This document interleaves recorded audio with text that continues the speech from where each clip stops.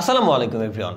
Nothing তাদের 3 series launch করার পরে 3A নিয়ে কিন্তু প্রচুর জনপ্রিয়তা চলছে বাংলাদেশের মার্কেটে অ্যান্ড এইটা নিয়ে কিন্তু প্রচুর কমেন্ট এসেছে, ভাই নাথিং 3A রিভিউ করেন, কম্পেয়ার করেন, ক্যামেরা কম্পেয়ার। কারণ এইটা অ্যাকচুয়ালি যেই প্রাইস রেঞ্জের মধ্যে পাওয়া যাচ্ছে সেই প্রাইসে কিন্তু আরও বেশ কিছু অলরেডি এক্সিস্টিং স্মার্টফোন রয়েছে মার্কেটে, যেমন হচ্ছে অনার 200 বা হচ্ছে মোটো H60 ফিউশন রিসেন্টলি যেটা লঞ্চ হলো। সো এগুলো কিন্তু সিমিলার এই 35,000-এর নিচেই পাওয়া যাচ্ছে এবং ক্যামেরার জন্য বা অল ওভার পারফরমেন্স সেগমেন্ট বা একটা ব্যালেন্স ফোন হিসেবে অনেকেই কিন্তু এই তিনটা নিয়ে বেশ কনফিউশনের মধ্যে রয়েছেন। তো যেহেতু আমরা এই নাথিং 3 এর কোনো রিভিউ করিনি, সো আপাতত পর্যন্ত আপনাদের কমেন্টের রিপ্লাইগুলো কিন্তু প্রপার ইনফরমেশনের সাথে দিতে পারছিলাম না কোনটা বেস্ট হবে। তো এই 3A রিভিউ করার পরে তারপরে ইনশাল্লাহ আমরা অনার 200 বা হচ্ছে মোটো X60 ফিউশন বা এই বাজেট সেগমেন্টের আদার্স যেসব ফোনগুলো রয়েছে সেগুলোর সাথে কম্পেয়ার ভিডিও নিয়ে আসার চেষ্টা করবো ইনশাল্লাহ। অবশ্যই কে কে কোন ফোনটার সাথে কম্পেয়ার ভিডিও চান কমেন্ট বক্সে অবশ্যই লিখে দিবেন। অ্যান্ড আমাদের আজকের ভিডিও স্পন্সর লাইট টেলিকম, যাদের কাছে আপনারা এই স্মার্টফোনটার বেস ভেরিয়েন্ট অলমোস্ট 34,500 টাকার আশেপাশেই পেয়ে যাচ্ছেন। সো প্রাইসটা এখন হয়তো একটু বেশি, সামনে আরও কমতে পারে ইনশাল্লাহ, কারণ ফোনটা বাংলাদেশ মার্কেটে কিন্তু আনঅফিসিয়ালি নতুন এসেছে বলা যায়। সেই জায়গা থেকে এই প্রাইস রেঞ্জে এইটা কেমন হবে অ্যান্ড ওভারঅল অনেকেই এটাকে ব্যালেন্স এবং অলরাউন্ডার ফোন বলছেন। সো অ্যাকচুয়ালি এটা অলরাউন্ডার কিনা আজকের ভিডিওতে সেটাই জানবেন এবং ভালো লেগে থাকলে সাবস্ক্রাইব না করে কোথাও যাবেন না। চলুন শুরু করা যাক। প্রথমত নাথিং এর ডিজাইন আপনারা সবাই জানেন, এখানে সেমি ট্রান্সপারেন্ট ডিজাইন তারা ব্যবহার করে, এবারও আপনারা তাই দেখবেন। নাথিং 2 এর থেকে 3A অনেক বেশি যে আপগ্রেড তা না, জাস্ট এখানে ক্যামেরার দিকে আপনারা একটা ক্যামেরা লেন্স এক্সট্রা দেখতে পাবেন, আদারওয়াইজ অল ওভার সেম রয়েছে। তার পাশাপাশি তিনটা যে স্ট্রিপ লাইট রয়েছে ব্যাকে, এখানেও কিন্তু তিনটাই রয়েছে। সো 2 এর থেকে 3A খুব বেশি ডিজাইনের দিক থেকে চেঞ্জ আপনারা লক্ষ্য করবেন না। তবে একটা জিনিস অবশ্যই চেঞ্জ রয়েছে, সাইডে আপনারা এক্সট্রা একটা বাটন পেয়ে যাচ্ছেন।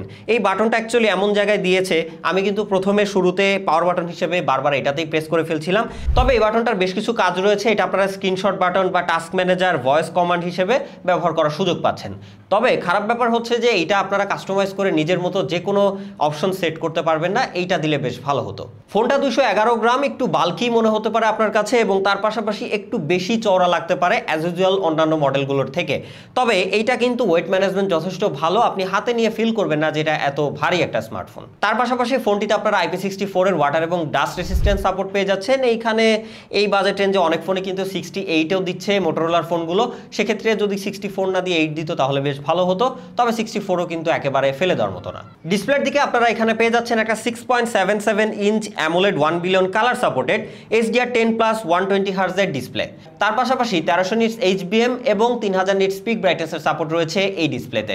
ফোনটার ডিসপ্লে প্রথমত যথেষ্ট ব্রাইট, এটা আপনারা ইনডোর আউটডোর সব জায়গাতেই একদম ক্লিয়ারলি ব্যবহার করতে পারবেন, খুব একটা স্ট্রাগল করতে হবে না আপনাকে এর ভিজিবিলিটি ইস্যু নিয়ে। তবে হ্যাঁ, এই ডিসপ্লের বেজেলটা একটু বেশি মোটা লেগেছে আমার কাছে। এই বাজেটের অন্যান্য ফোনগুলো অনেক ন্যারো বেজেল দিচ্ছে এবং এর 5 হোল ক্যামেরাটাও কিন্তু আমার কাছে তুলনামূলক একটু বেশি বড় মনে হয়েছে। এই জায়গাটা আরেকটু ন্যারো করা যেতে পারলে এই ডিসপ্লেটা কিন্তু খুবই সুন্দর এবং প্রিমিয়াম একটা ভাইব দিত। তবে ডিসপ্লের কোয়ালিটি যথেষ্ট ভালো রয়েছে এবং কালারের কথা বললে এই ডিসপ্লেটা আপনাকে ন্যাচারাল একটা কালার আউটপুট দিবে, অন্যান্য অ্যামোলেডের মতো খুব বেশি বুস্টেড কালার আপনারা দেখতে পাবেন না এই ডিসপ্লেতে। সেই জায়গা থেকে অনেকের কাছে ভালো লাগতে পারে ন্যাচারাল কালারের জন্য, অনেকের কাছে আবার কমতিও লাগতে পারে, মনে হতে পারে যে অ্যামোলেড ডিসপ্লেতে অনেক কালারফুল পিকচার দেয়, সেক্ষেত্রে এইটা একটু আপনাকে ন্যাচারাল কালার টোনই দিচ্ছে। এবং 120 হার্জ রিফ্রেশ রেট, তার পাশাপাশি টাচ রেসপন্সিভ, সবকিছু মিলিয়ে বেশ ফ্লুয়েন্ট একটা এক্সপিরিয়েন্স দিচ্ছিল। এবং এই ডিসপ্লেতে সাপোর্ট রয়েছে 2160 হার্জের PWM dimming. White wine L1 এর সাপোর্ট রয়েছে, তবে আপনারা নেটফ্লিক্সে HDR কন্টেন্টের সাপোর্ট আপাতত পাচ্ছেন না, ইনশাল্লাহ হয়তো সামনে আপডেট দিয়ে এটা ফিক্স করে দিতে পারে। তবে প্রোটেকশনে এখানে পান্ডা গ্লাসের সাপোর্ট রয়েছে, এটা আসলে কতটুকু এটাকে প্রোটেক্ট করবে আমার জানা নাই। তবে এখানে যদি হচ্ছে গরিলা গ্লাস দিত তাহলে বেশ ভালো হতো। অবশ্যই রেকমেন্ড থাকবে একটা প্রোটেকশন গ্লাস ব্যবহার করবেন এই ডিসপ্লেতে। এর পাশাপাশি ডুয়াল স্টেরিও স্পিকার যথেষ্ট লাউড এবং ক্লিয়ার সাউন্ড ছিল, ফুল সাউন্ডে আমরা কোনো রকম ডিস্টরশনের দেখা পাইনি। তবে হ্যাঁ, বেসের দিক থেকে আরেকটু ইনক্রিজ করা গেলে এটার সাউন্ড কোয়ালিটি আরো কোয়ালিটিফুল আউটপুট দিতে পারতো। আদারওয়াইজ এর ইন ডিসপ্লে ফিঙ্গারপ্রিন্টের পজিশনটা একটু নিচের দিকেই আমি বলবো, হয়তো কিছুদিন এটা ব্যবহার করলে আপনি এটার সাথে ম্যাচ করে যাবেন। তবে এইটা যথেষ্ট ফাস্ট অ্যান্ড অ্যাকুরেট ছিল। তার পাশাপাশি এই ফোনটার হেপটিক ফিডব্যাকও কিন্তু যথেষ্ট রেসপন্সিভ ছিল। এই বাজেটে একটা স্মার্টফোন হিসেবে আমি এটাকে যথেষ্ট ভালো বলবো। অপারেটিং সিস্টেম হিসেবে ফোনটিতে আপনারা নাথিং OS 3.1 এর পাশাপাশি অ্যান্ড্রয়েড 15 এর সাপোর্ট পেয়ে যাচ্ছেন। এখানে নাথিং ওএস নিয়ে আসলে নতুন করে বলার কিছু নাই, আপনারা সবাই জানেন এইটা অলমোস্ট একটা স্টক অ্যান্ড্রয়েডের মতো ফিল আপনাকে দিবে। এক্সট্রা কোনো রকম ব্লোটওয়্যার পাবেন না আপনারা এর ইউআইতে, একদম ক্লিন এবং খুবই কাস্টমাইজেশন একটা লুকিংয়ে এই ইউআইটা আসে এবং দেখতেও একটু নতুনত্ব লাগে। নর্মালি আমরা অন্যান্য সব ইউআই মোটামুটি অল ওভার কপি দেখতে পাই, তবে এখানে আপনারা একটু ডিসেন্ট টাইপের একটা ইউআই এক্সপিরিয়েন্স পাবেন এবং এটা যথেষ্ট ভালো। এবং নাথিং কিন্তু প্রমিস করছে তারা 3 বছরের মেজর ওএস আপডেট দিবে এবং 6 বছরের সিকিউরিটি আপডেট দিবে। সেই জায়গা থেকে এই ফোনটা out of the box Android 15 দিয়ে আসলেও আপনারা কিন্তু 18 পর্যন্ত লেটেস্ট অ্যান্ড্রয়েডের সাথে থাকতে পারবেন। সেখানে বুঝতেই পারছেন এর যে ইউআই সেই সেগমেন্টে এটা যথেষ্ট স্ট্রং একটা পজিশন কভার করছে। তার পাশাপাশি ফোনটাতে কিন্তু UFS 2.2 এর স্টোরেজ সাপোর্ট রয়েছে, তবে এইখানে আমার কাছে কিঞ্চিত কমতি মনে হয়েছে। এটা যদি UFS 3.1 দিয়ে আসতো তাহলে কিন্তু জোস একটা ডিল হতো বাজেট সেগমেন্টের এই স্মার্টফোনটি থেকে। তবে সেক্ষেত্রে এটা কিন্তু খুব একটা ডিসঅ্যাপয়েন্ট আপনাকে করবে না। এর overall UI transition smoothness overall সবকিছু মিলে কিন্তু আপনাকে বেশ স্মুথ একটা এক্সপিরিয়েন্স দিবে। তার পাশাপাশি র্যাম ম্যানেজমেন্টও যথেষ্ট ভালো আমরা পেয়েছি। এটাতে আমরা হেভি অ্যাপ্লিকেশন বা গেমসও কিন্তু ব্যাকগ্রাউন্ডে প্লে করে রেখে লং টাইম পরে এটাকে ওপেন করলেও বেশ ভালো মতো মাল্টিটাস্কিং হ্যান্ডেল করতে পারছিল। সেই জায়গা থেকে এই ফোনটা আপনি রেগুলার লাইফে ব্যবহার করে বেশ ভালো একটা স্মুথ এক্সপিরিয়েন্স পাবেন, এটা গ্যারান্টি দিয়ে বলা যাচ্ছে। ফোনটাতে আপনারা স্ন্যাপড্রাগনের 7S Gen 3 প্রসেসর পেয়ে যাচ্ছেন, যার AnTuTu স্কোর অলমোস্ট 7.5 লাখের আশেপাশে। অ্যান্ড এই বাজেট সেগমেন্টের অন্যান্য ফোনগুলোর সাথে তুলনা করলে এটা কিন্তু কোনো দিক থেকে পিছিয়ে নাই, বরং মোটামুটি একটা ভালো স্ট্যান্ডার্ড আউটপুট দিচ্ছে। অ্যান্ড সেইখানে আমরা এটা দিয়ে ডে টু ডে অ্যাপ্লিকেশন বা অন্যান্য হেভি অ্যাপ্লিকেশনগুলো ব্যবহার করেছি, সব জায়গাতে আমরা মোটামুটি ভালো এক্সপিরিয়েন্স পেয়েছি বাজেট রেঞ্জের এই ফোনটি হিসেবে। আদারওয়াইজ গেমিংয়ের কথা বলে এটা কিন্তু অন্যান্য ফোনগুলোর থেকে আপনাকে বেটার একটা এক্সপিরিয়েন্স দিবে। যেমন পাবজিতে কিন্তু আপনারা এই ফোনটা দিয়ে 90 FPS আনলক পাচ্ছেন। সো এই বাজেটের অন্যান্য এরকম ব্যালেন্স ফোনগুলো মানে গেমিং সেন্ট্রিক ফোন ছাড়া ব্যালেন্স ফোনগুলোতে কিন্তু আমরা এই 90 FPS এর সাপোর্ট পাই না। সেই জায়গা থেকে এই ফোনটা আপনাকে সেই সাপোর্ট দিচ্ছে এবং পাবজি এখানে মোটামুটি যথেষ্ট স্মুথ এক্সপিরিয়েন্স দিচ্ছিল। লং টাইম প্লে করলেও কিন্তু আমরা খুব একটা হিটিংয়ের দেখা পাই নাই, তার পাশাপাশি খুব একটা ল্যাগ এর দেখা পাইনি। তবে হ্যাঁ, টুকটাক ফ্রেম ড্রপ এবং শাটারিংয়ের দেখা আমরা পাচ্ছিলাম। এইটা অ্যাজ ইউজুয়াল এই বাজেটের একটা স্মার্টফোন থেকে মেনে নেওয়ার মতো। তবে হ্যাঁ, হিটিং নিয়ে কথা বললে এই ফোনটা কিন্তু একদম ওভার হিট করতেছে এরকম কিছু না। ফোনটা মোটামুটি হিট করে হালকা পাতলা, তবে সেটাও কিন্তু খুব তাড়াতাড়ি আবার ঠান্ডা করে ফেলে, কারণ এখানে তারা বেশ ভালো ভ্যাপর কুলিং সিস্টেম ব্যবহার করেছে। এবং আপনারা যদি হচ্ছে এখানে AnTuTu স্কোরের যেই চেক সেই ব্যাপারটা যদি লক্ষ্য করেন তাহলে এখানে আপনারা দেখতে পাবেন সর্বোচ্চ 38 ডিগ্রিতে গিয়েও কিন্তু এবার খুব তাড়াতাড়ি এটা ঠান্ডা হয়ে 36 ডিগ্রিতে চলে এসেছে। সেটা কিন্তু বেশ ভালো একটা ব্যাপার, যার জন্য লং টাইম ব্যবহার করেও এই ফোনটাকে আমরা খুব বেশি ওভারহিট করতে দেখিনি। তার পাশাপাশি খুব একটা এইটা দিয়ে পারফরমেন্স ড্রপ করতে দেখিনি। সেই জায়গা থেকে এই পারফরমেন্স কিন্তু যথেষ্ট এই বাজেটে আপনাকে স্ট্যান্ডার্ড একটা আউটপুট দিয়ে থাকবে। ক্যামেরা সেগমেন্টে আসলে এই ফোনটা কিন্তু আগের নাথিং 2A থেকে অনেকটা আপগ্রেডও করা হয়েছে, আবার অনেকটা ডাউনগ্রেডও করা হয়েছে। যেমন এইবার এর মেন সেন্সরে স্যামসাং এর 50 মেগাপিক্সেলের একটা Gen 9 সেন্সর ব্যবহার করা হয়েছে, একটা 8 মেগাপিক্সেলের আলট্রা ওয়াইড লেন্স রয়েছে। তবে এখানে বলা বাহুল্য যে আগে 2A তে কিন্তু একটা 50 মেগাপিক্সেলের আলট্রা ওয়াইড লেন্স ছিল, সো অনেকটা ডাউনগ্রেড করে ফেলেছে তারা আলট্রা ওয়াইড লেন্সে। তবে এখানে আবার একটা 50 মেগাপিক্সেলের টেলিফটো লেন্স অ্যাড করেছে, যেটা আবার 3x অপটিক্যাল জুম করতে পারে। তো এখানে ডাউনগ্রেডও রয়েছে, আপগ্রেডও রয়েছে। সেদিক থেকে ডিটেলের কথা বললে ডেলাইটে যথেষ্ট শার্প এবং ডিটেল পিকচার আউটপুট পাচ্ছিলাম আমরা।